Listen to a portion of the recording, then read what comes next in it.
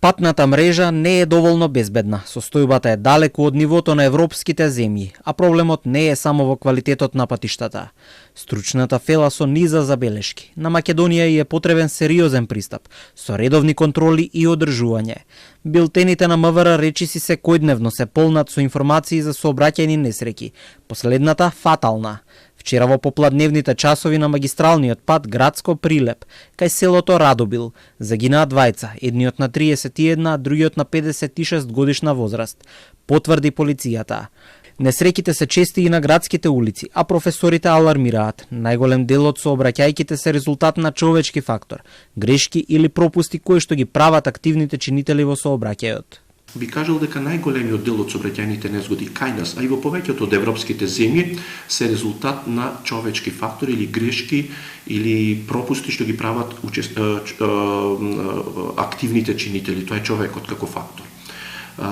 Но сепак би рекол дека инфраструктурата во голем дел од сообраќајните незгоди можеби не се наметнува како круцијален или доминантен фактор да се случи сообраќајната незгода, но се наметнува како контрибутивен фактор кој што сериозно влијае посебно во делот на последиците од сообраќајните незгоди. Голем дел од магистралните и регионалните патишта се карактеризираат со необновена и слабо видлива сигнализација, нотира професор Јошевски.